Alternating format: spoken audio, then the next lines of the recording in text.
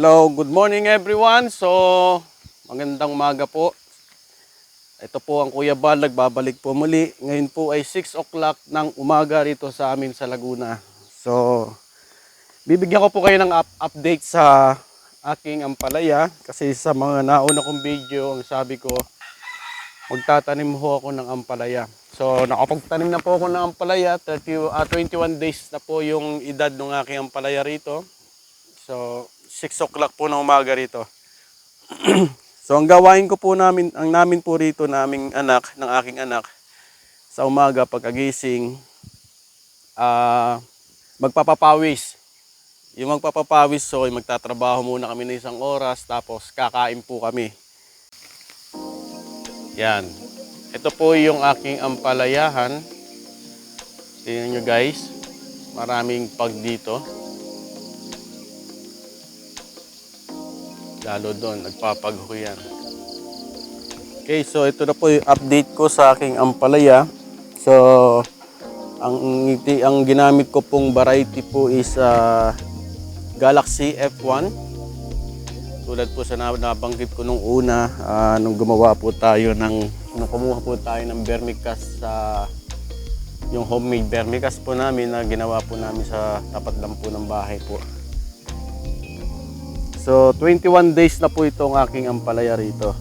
Yan, ganyan na po sila kalalaki.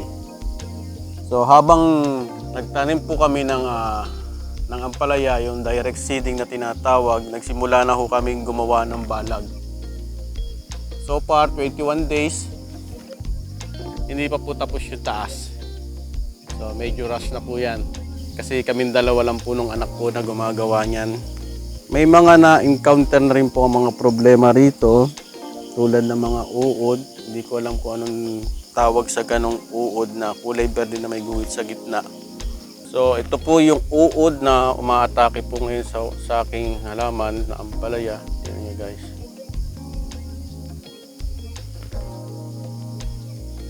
Yan, may sapot pa po kasi sila ang style nila, kinocover nila yung sarili nila sa ilalim ng dahon. So normal po sa ampalaya nagkakaganyan, kaya ang ginawa ko pong sistema, nag-spray po ako ng mangkusib. Tatlong beses ko na ho siyang naabonohan ng urea every week. So yung nakita po yung punla o yung ampalaya na may mga 4 hanggang 5 dahon, nagsimula na po akong mag-abono. Pero nung seedling po, yung tinanim ko po siya sa lupa, yung buto, naghukay po ako, tapos nilagyan ko po siya ng urea. Saka nilagyan ko po siya ng organic material. Yung po yung vermicast na may abo po uli. And then after that, nag-abono na ako ng 3 times every week ng urea. Tapos kahapon, 20 days, simula nung itinanim ko sa lupa, direct seeding, nag-abono na po ako ng urea, tapos 3-4-14. So sa isang latang na sardinas na urea, isang lata ng sardinas na 3-4-14. So ito po yung dalawang may punggos din.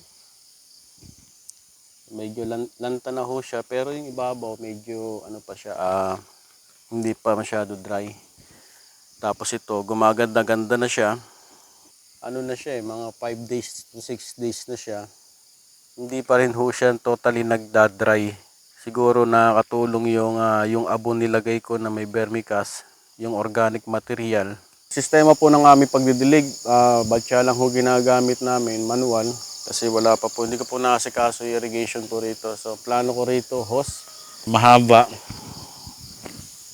Tapos i-connect ko na ho dyan ng tornilyo para may control sa parang drip type po siya. So manual po ang style po ng pagdidilig po namin. Iniipon po namin yan. Guys, kung mapapansin nyo may mga pingi pagitan. Dati ko po itong pinyahan. So, 4 na buwan po namin ino-operate to. Yung ibig sabihin na inanihan. Simula lockdown, nag-aani na po kami rito. So hindi ko pa po siya inaalis. Pero nakuhaan ko na ho ng binhiyan. Inilipat ko na po sa kabilang lupa, kabilang side, kabilang sapa, para yun naman ang susunod namin aanihan.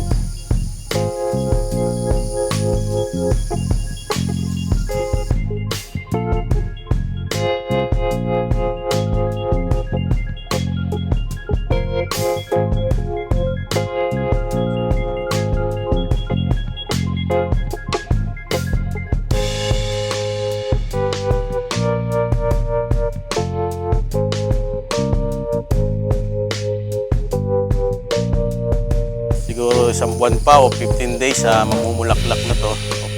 So, sana wala na hong malanta. May mga tipaklong din po rito nung unang tanim na nagpuputol. So inaprayan ko po siya ng restback. Isprayan ko na rin ho siya bago pa ako maunahan.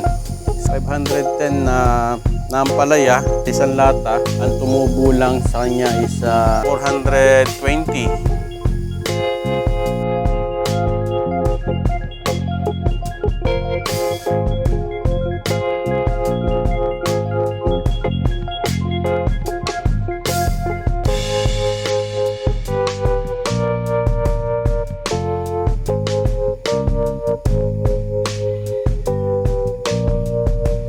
So yan po ang update ko na sa ampalaya. Sensya na po, kayo ko lang po na-update kasi masyado hong busy rito. Ampalaya na hindi tama ang gapang, i-guide nyo po. Taas naman. Ganyan po sukat namin dalawa. Oh, di ba? Yan po. Mas mataas po kasi yung mami po mas mataas po sa akin. Yung mami po niya nasa 5'8" and a half. Ako'y 5'6" lang. Yung misis ko, YouTuber ho siya. More beauty product ho siya. So, another blessing po ngayong September 1. Kasi nanganak na po yung aming baboy. Wala, ay halos sirain na pala yung baboy. So, yun pa yung anak. Anit po sila. 2, 4, 6.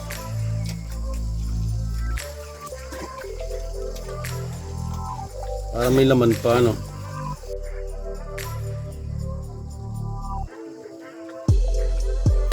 Ito po ang Kuya Bal. Ngayon po magpapakain naman tayo ng native na baboy. So, bali 15 po yung baboy na nandito. Ito po yung kaning baboy na tinatawag po sa amin dito, ilino.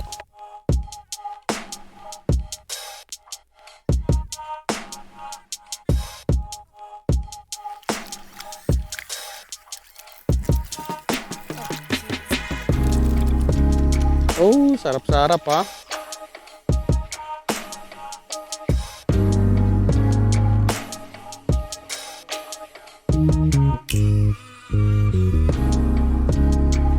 So ito po yung pangalawa kong inahin, 2 linggo kong buntis yan. So malapit na rin yan, malapit na rin ilipat kasi tingnan nyo guys, malawak-lawak na rin nagagamasan niya. Oh, sarap taniman ng kamuting baging to, kamuting kahoy.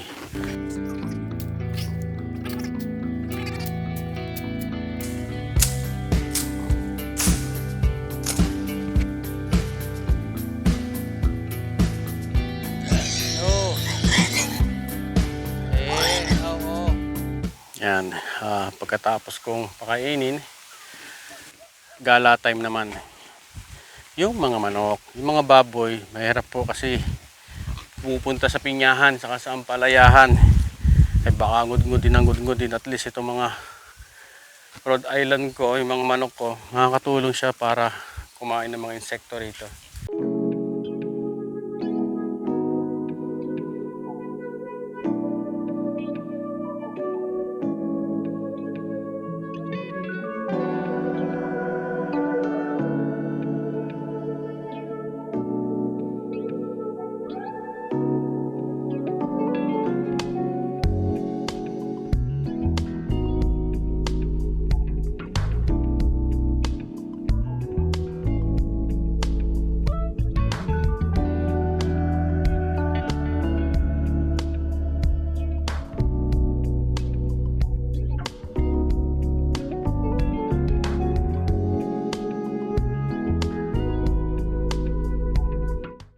Yan, so breakfast po namin ngayon, mushroom.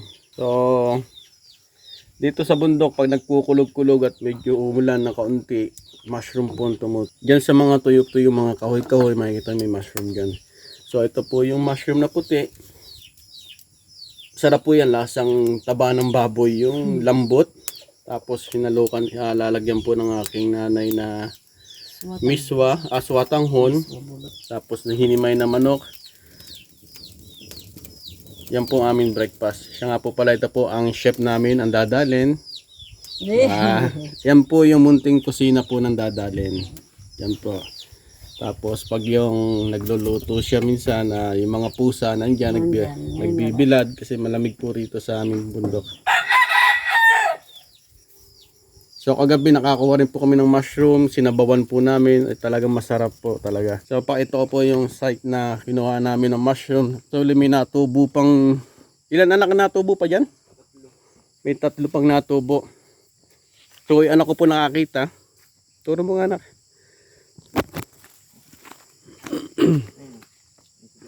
So dito po nakuha yung 3, yung may hukay na yan dito. Tapos ito yung isang natubo po guys. So inaabang-abangan po namin yan. Pag yan ay bumuka, pwede na yan.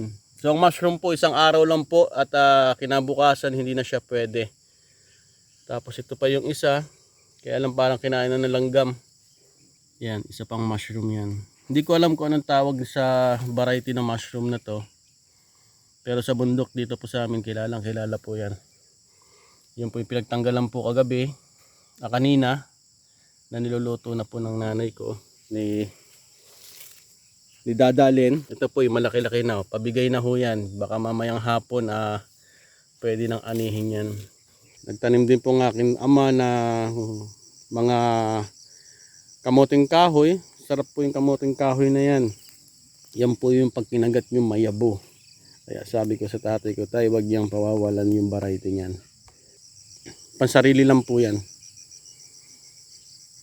So update ko na lang po ulit kayo. Mamaya ho magkakapon kami ng baboy, na native baboy. Ipakita ko sa inyo kung paano pagkakapon. So sa totoo lang, Kuya Bal, marunong din po magpaanak ng baboy ng puti. Kasi nung binata po ako, mahilig po mag-alaga ng baboy. So nagpapaanak ako sa mga baboy ko. Tapos ako na rin nagbabakuna hanggang sa pagkakapon. Yan po yung maglolo, lagi magkasunod. Follow the leader. Lolo Abil at Kuya Toby. Ito. Kuya Bal mahilig lang mag-alaga ng manok pero hindi nagsasabong.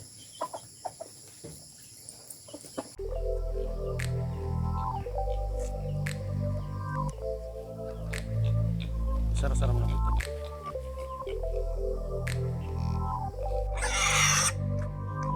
So samahan nyo po ako mamili ng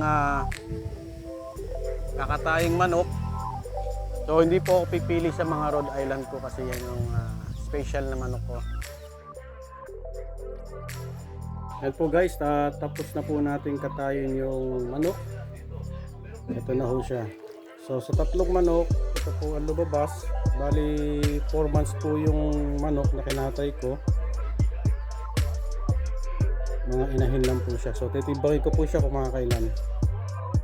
So 2 kilo at 1/4 ang inabot po ng aking manok. Ito po yung katay na, karne lang po ang sinama ko. Ang ganda pa po nun, native chicken po siya. Free-range chicken po. So gagawin po namin, sasangkot siya po ito. Tapos ay saka pag malambot na, saka titimplahan po ng aking mahal na ina, si Dadalin. Ayan, busy po ang Dadalin. Naglalaba ho. Ayan, so ang menu po namin ay tinola at adobo. Okay guys, luto na po yung tinolang manok ng Dadalin, native chicken. Tapos nandito rin po yung adobo ng Dadalin sa munting kusina. Yan. So sinama ko po yung paa niyan. Although hindi po namin kakainin yan, sa aso po namin binibigay.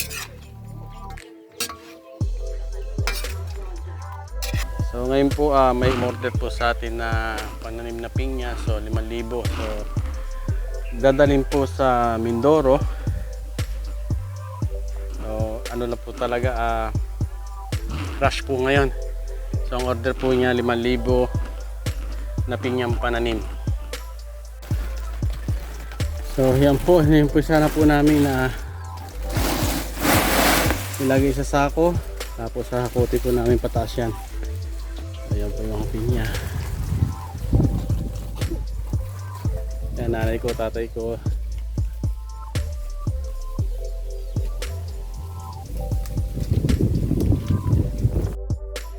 Maraming salamat po sa mga nanood at sana po may natutunan po kayo. Nagmamahal, Kuya Bal.